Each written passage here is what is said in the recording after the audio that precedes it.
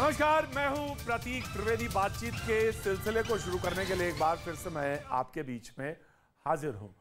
ये बात सच है कि बाहर कुछ और रंग होता है, स्टूडियो में कुछ और रंग होता है। यकीनन जब बारिश हो तो बाहर का रंग कुछ और होता है और वो सबसे पसंदीदा होता है, लेकिन जब बारिश ज्यादा हो तो यकीनन फिर उस स्टूडियो के रंग में रंगना पड़ता है। माफी के साथ बहुत कुछ बातचीत के सिलसिले को जोड़ने के लिए मैं आपके बीच में हाजिर हूं और आज का सिलसिला जोड़ूंगा मैं, और तमाम सारे मेहमान हमारे साथ मौजूद रहेंगे जिनसे ये लगातार मैं मुखातिब रहूंगा। जो आज अभी मेहमान मौजूद हैं, बगैर किसी वक्त गवाए, क्योंकि बहस बहुत गर्म है। बाहर जरूर बारिश है लेकिन माहौल गर्म है। तो जो माहौल के मुताबिक जो हमारे साथ आज मेहमान हैं जो अपनी बात कहने के लिए, उनसे मैं आपका तारुफ कराना चाहूँगा। राहुल लाल जी हमारे साथ जर्नलिस्ट मौजूद हैं, बहुत बहुत शुक्रिया, थैंक यू सो मच हमारे साथ जुड़ने के लिए। हमारे साथ हाजी मेहरुद्दीन रंगरेज जी मौजूद हैं, बहुत बहुत शुक्रिया, इस्लामिक स्कॉलर हैं, बहुत बहुत शुक्रिया, थैंक यू सो मच। हमारे साथ संजीव कौशिक जी मौजूद हैं, पॉलिटिकल एनालिस्ट हैं, बहुत बहुत शुक्रिया, थैंक यू सो मच। हमारे साथ इस वक्त सूर्या मैथिल जी मौजूद हैं, पॉलिटिकल एनालिस्ट हैं, बहुत बहुत शुक्रिया, thank you so much. Shivam Tyagi कुछ देर में हमारे साथ मौजूद रहेंगे, बहुत बहुत शुक्रिया, उनका भी स्वागत करेंगे। और हमारे साथ संजीव उनियाल जी हैं, एडवोकेट हैं और पॉलिटिकल एनालिस्ट हैं, बहुत बहुत शुक्रिया, थैंक यू सो मच। बातचीत की शुरुआत मैं बिल्कुल वहीं से जहां से हो रही है, और वो ये कि इस्लामिक, मैं गुजारिश करूंगा कि आप बिल्कुल जाएं, मुखातिब हो।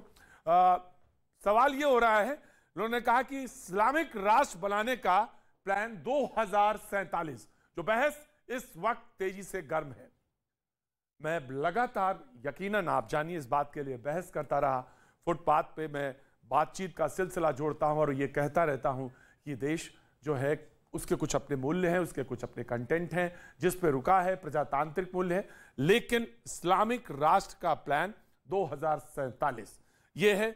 10% मुसलमान साथ हो तो भारत में 2047 तक इस्लामी राज बन जाएगा।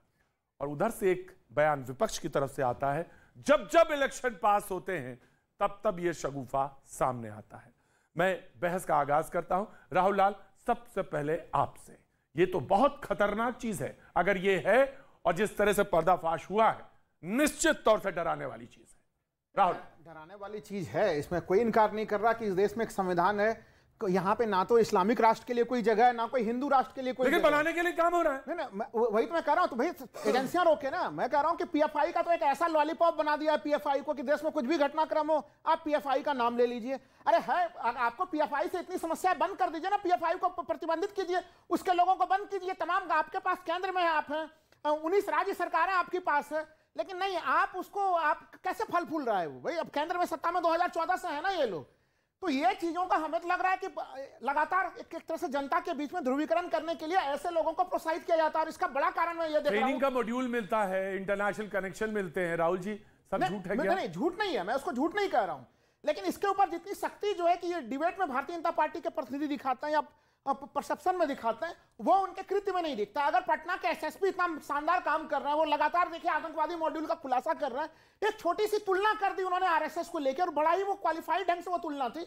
देखिए पड़ गए उनके पीछे। नो, ऑफ कोर्स जी। मैथिल जी, देखिए, राहुल लाल जी को शायद पता नहीं है कि राष्ट्रीय स्वयंसेवक संघ किस प्रकार से कार्य करता है और क्या कार्य करता है। जब राष्ट्रीय, सुन लीजिए पूरी बात को पहले, आपको कुछ नहीं पता है। यदि आईएसआईएस के पानी में डाल दिया, भाई आप तुलना करेंगे, आरएसएस की बात नहीं है, उन्होंने एक के साथ राहुल एक तरफ खड़े रखेंगे।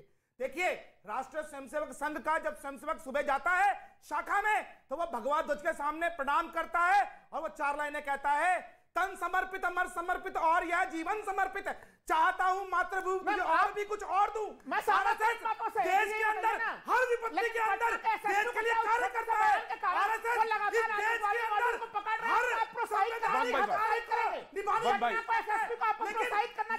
मैं रोक रहा हूं, मैथिल साहब मैं रोक रहा हूं। तुलना निर्मूल्य है, कोई जरूरत नहीं है प्रोग्राम में उसको डिस्कस करने की। निर्मूल्य मैं कर रहा हूं, लेकिन एक अगर मान लीजिए मिस्टेक भी हो गई है उनसे, लेकिन अगर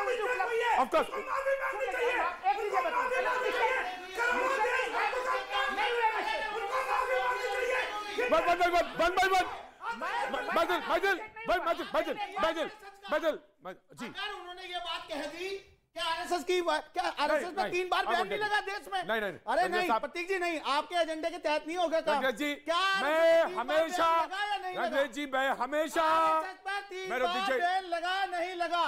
हत्यारे के तीनों बार हत्यारे ठीक है, आपने सवाल रखा, आपने सवाल रख लिया, तीनों बार लगा और क्या हुआ ये भी आपको मालूम है। और सुप्रीम कोर्ट पे ये मत कहिएगा कि मुझे अविश्वास है, क्योंकि ये मत कहिएगा कि इस मामले में नूपुर, देखिए राहुल ये मत कहिएगा कि नूपुर मामले में तो हमें सुप्रीम कोर्ट पर भरोसा है, लेकिन इस वाले मामले में नहीं भरोसा। ये मत कहिएगा, फिर ये तर्क मैं लूंगा नहीं। हम सुप्रीम कोर्ट सुप्रीम है हमारे लिए। चीजों को ठीक पर्सपेक्टिव में लेकर आने की कोशिश करता हूं।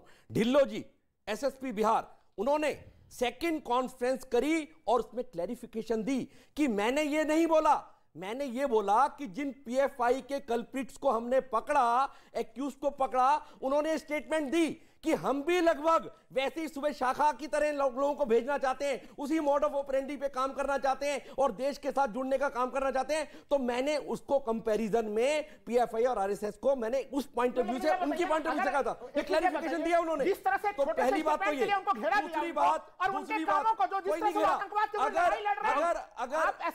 राहुल आई will give you chance, right. अगर कोई डिमोलिशन की बात करता है, अगर कोई अथॉरिटी कहती है कि लीगल स्ट्रक्चर बने हैं, अगर कोई पुलिस वाले कहते हैं कि 4 कल्प्रिट पकड़े गए और अगर कहते हैं कि आजमगढ़ के उस पर्टिकुलर रॉइट के पीछे इतने सारे लोग थे, तो तुम किसी पुलिस वाले की बात नहीं मानते।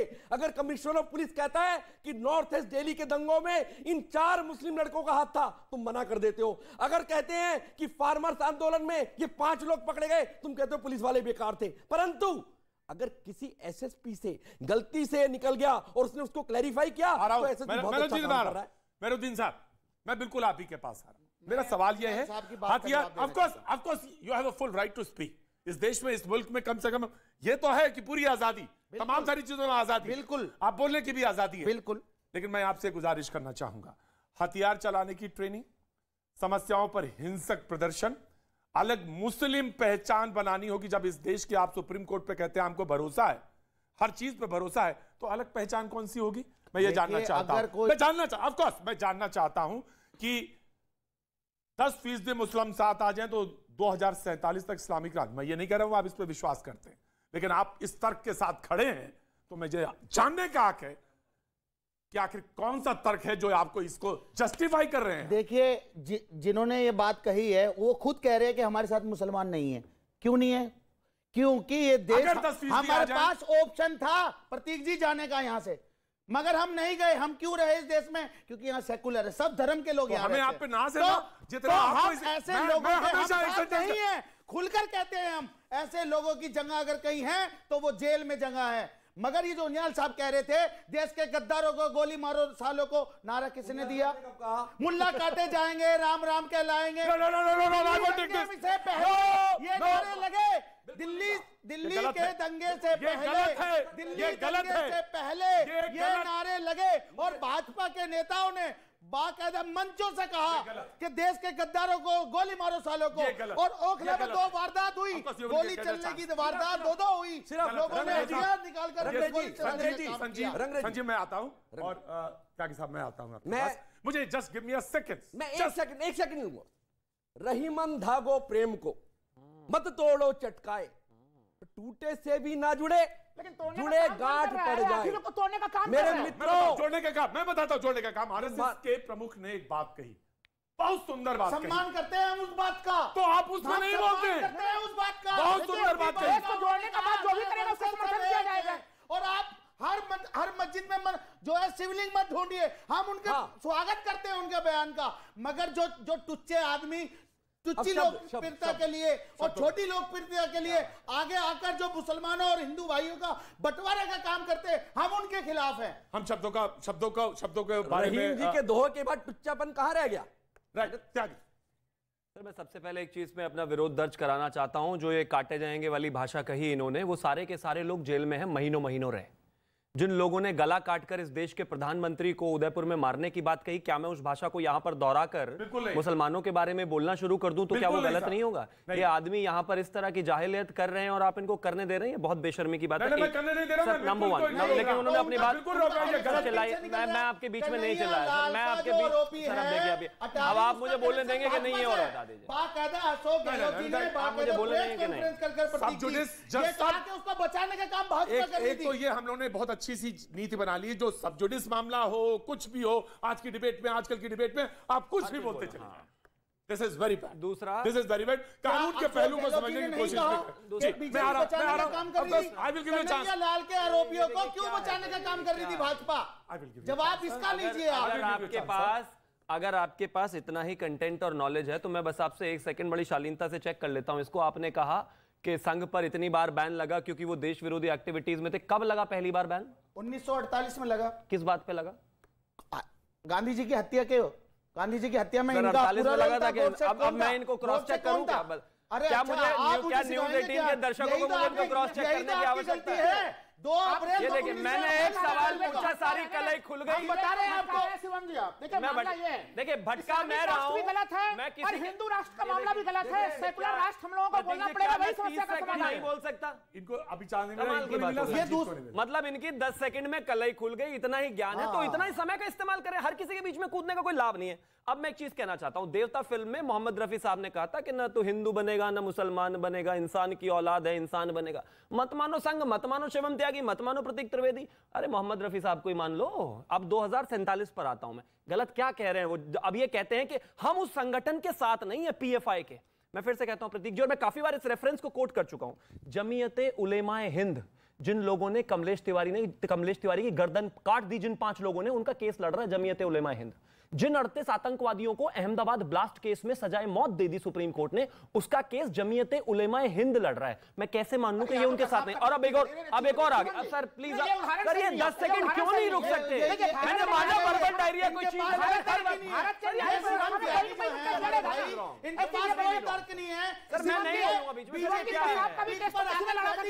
कोशिश करते हैं और उसमें ये नाकाम हो चुके हैं, कई बार आउट हो चुके हैं। फिर ये देखिए सर, फिर अब दूसरा अब सुनिए एक और प्लीज। अपना मानसिक स्थिति को ऐसी मत बनाइए। कसाब को केस में यहां पर स्टेट ने उनका केस लड़ा। मेरा देश लोकतांत्रिक है, यहां पर उन आतंकवादियों का केस भी लड़ा जाता है। लेकिन अगर मेरे कोर्ट अगर सजा देगी, सर ये 10 सेकंड क्यों नहीं रुक सकते? विपक्ष तो होंगे ना सामने में। सर पक्ष और विपक्ष होगा। मेरे देश की सरकार, मेरे देश का स्टेट अगर उनको देता है वकील आतंकवादियों को, बिल्कुल दे, उनको देना चाहिए, क्योंकि उनको दुनिया में मुंह दिखाना। मेरे मुसलमान को दुनिया में मुंह नहीं दिखाना उनको आतंकवादियों का केस लड़ने के बाद। और अंत में सिर्फ एक चीज कहना चाहता हूं, अगर आप उनके साथ नहीं है बहुत अच्छी बात है, लेकिन चाहे वो झारखंड में प्रतिबंध कब लगेगा पहले ये बता दीजिए शिवम जी। देखिए मुख्य तो ये है ना, पीएफआई के लोगों को कब देश को पीएफआई से कब मुक्त कराइएगा? इस सवाल का जवाब दे दीजिए। मैं बस एक छोटी सी बात। Thank you. नहीं सर 10 सेकंड इन्होंने सवाल पूछ लिया तो मैं सवाल दे देता हूं। यही वही पीएफआई है जिसके 22 बैंक अकाउंट ऑलरेडी ये सरकार सीज कर चुकी है। इस पर बैन जरूर लगाएंगे, लेकिन फिर बीच में सवाल भी खुद पूछा, जवाब भी खुद ही देंगे, बोलेंगे भी खुद ही, चिल्लाएंगे भी खुद ही। न्यूज़ 18 के लोगों देख लो इनको, मतलब सब कुछ नहीं देना है, दे दो इनको फुल ऑन कैमरा, इन्हीं के ऊपर होना चाहिए। मुझे हटा दो स्क्रीन से। त्यागी जी मैं बस आपकी एक बात पे कुछ नहीं कहना, मुझे सिर्फ एक बात पे कहना है।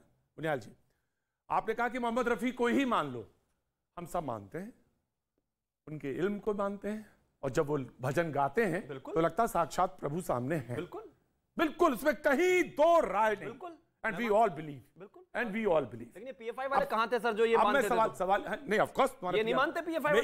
ये जमीयत उलेमा हिंद वाले नहीं मानते उनको, बताइए। मैं तो मानता हूं, आप नहीं मानते। संजीव, ये डरावने वाली बातें हैं, ये डरावनी बातें हैं, देश को तोड़ने वाली बातें हैं। और अगर ये हैं तो आज मुखावलत है और होनी चाहिए। और अगर मैथिल साहब कह रहे हैं तो गलत क्या कह रहे हैं? थोड़ा सा वक्त, सिर्फ हम इतना कहना चाहते हैं कि आप देश के प्रधानमंत्री के उस तहरीर को याद कीजिए जो नोटबंदी के एक दिन पहले शाम में उन्होंने कहा था। 125 से ज़्यादा लोगों की जानें चली गई थी उसमें, और उन्होंने कहा था कि आतंकवाद खत्म होगा, कमर तोड़ दिए जाएंगे, ब्लैक मनी खत्म हो जाएगा, डुप्लीकेट जितने भी नोट है वो खत्म हो जाएंगे। तोड़ूंगा, इतना रोकूंगा कि नोटबंदी से मरे हो वो लोग। ये कहा क्या? तो सुनिए तो सही, सुनिए तो सही, सुनिए तो सही, अरे सुनिए तो सही। हम इसी पे आ रहे हैं, बोलने नहीं देंगे आप। संजीव, आने दीजिए ना हमें, बोलने कैसे दीजिए, ये तो गलत बात है। संजीव, बस मुझे कोई एतराज नहीं, आप बात करिए। आप पॉलिटिकल पार्टी को रिप्रेजेंट करते हैं, आम आदमी, आप पॉलिटिकल पार्टी को रिप्रेजेंट करते हैं, आम आदमी पार्टी को रिप्रेजेंट करते हैं, आपको पूरा हक है, लेकिन कोई भी चीज ऑथेंटिकेट करेंगे। 40 लाख रुपए, 125 आदमी कह देते हैं हम मर गए, नोटबंदी से मर गए, इसका कोई डॉक्यूमेंट, कोई चीज कहीं लाइन में लग के मर नहीं गए। चलिए बात आगे, मैं नहीं लेता, मैं प्रोग्राम में मैं डिनाई करता हूं।